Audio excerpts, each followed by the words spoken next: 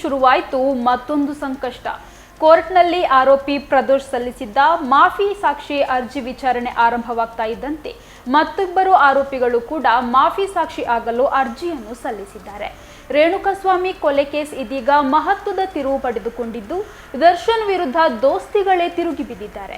ಆರೋಪಿ ಪ್ರದೋಷ್ ಎಲ್ಲಾ ಸತ್ಯವನ್ನು ನ್ಯಾಯಾಲಯದ ಮುಂದೆ ಬಹಿರಂಗಪಡಿಸುವುದಾಗಿ ಕೋರಿ ಪ್ರಾಸಿಕ್ಯೂಷನ್ ಮೂಲಕ ಅರ್ಜಿ ಸಲ್ಲಿಸಿರುವುದು ದರ್ಶನ್ಗೆ ಕಾನೂನು ತೊಡಕುಗಳನ್ನು ಹೆಚ್ಚಿಸಿದೆ. ಪ್ರಕರಣದ A14 ಆರೋಪಿ ಪ್ರದೋಷ್ ಮಾಫಿ ಸಾಕ್ಷಿಯಾಗಲು ಕೋರಿ ಸಲ್ಲಿಸಿದ್ದ ಅರ್ಜಿಯ ವಿಚಾರಣೆ ಬೆಂಗಳೂರಿನ 59ನೇ ಸೆಷನ್ಸ್ ನ್ಯಾಯಾಲಯದಲ್ಲಿ ಆರಂಭವಾದ ಬೆನ್ನಲ್ಲೇ ಮತ್ತಿಬ್ಬರು ಆರೋಪಿಗಳು ಕೂಡ ನಾವು ಕೂಡ ಮಾಫಿ ಸಾಕ್ಷಿಯಾಗಲು ರೆಡಿ ಎಂದಿದ್ದಾರೆ. ಕೇಸ್ A7 ರವಿಶಂಕರ್ ಹಾಗೂ A10 ವಿನಯ್ ಮಾಫಿ ಸಾಕ್ಷಿಗೆ ಮನವಿ ಮಾಡುತ್ತಿರುವ ಮತ್ತಿಬ್ಬರು ಆರೋಪಿಗಳು. ಸದ್ಯ ಜಾಮೀನು ಪಡೆದು ಹೊರಬಂದಿರುವ ರವಿಶಂಕರ್ ಹಾಗೂ ವಿನಯ್ ದಯವಿಟ್ಟು ನಮ್ಮನ್ನು ಪ್ರದೋಷ್ ಅರ್ಜಿಯಲ್ಲಿ ಪರಿಗಣಿಸಿ ಅಂತ ಕೋರ್ಟ್ ಬಳಿ ಮನವಿಯನ್ನು ಮಾಡಿಕೊಂಡಿದ್ದಾರೆ. ಆದ್ರೆ ಇದಕ್ಕೆ ಪ್ರದೋಷ್ ಪರ ವಕೀಲ ದಿವಾಕರ್ ಆಕ್ಷೇಪ ವ್ಯಕ್ತಪಡಿಸಿದ್ದಾರೆ. ಮೊದಲು ನಾವು ಅರ್ಜಿಯನ್ನು ಹಾಕಿದ್ದು ನಿಮ್ಮ ಅರ್ಜಿ ಪರಿಗಣನೆ ಮಾಡಲ್ಲ, ಕ್ಲಬ್ ಮಾಡಲು ಆಗೋದಿಲ್ಲ. ನಮ್ಮ ಅರ್ಜಿಯನ್ನು ಮೊದಲು ಪರಿಗಣಿಸಿ ಆದೇಶ ನೀಡಿ, ಉಳಿದವರು ಬೇಕಿದ್ರೆ ಪ್ರತ್ಯೇಕ ಅರ್ಜಿ ಹಾಕಲಿ ಎಂದು ಕೋರ್ಟಿಗೆ ಪ್ರದೋಷ್ ಪರ ವಕೀಲ ದಿವಾಕರ್ ಮನವಿಯನ್ನು ಮಾಡಿದ್ದಾರೆ.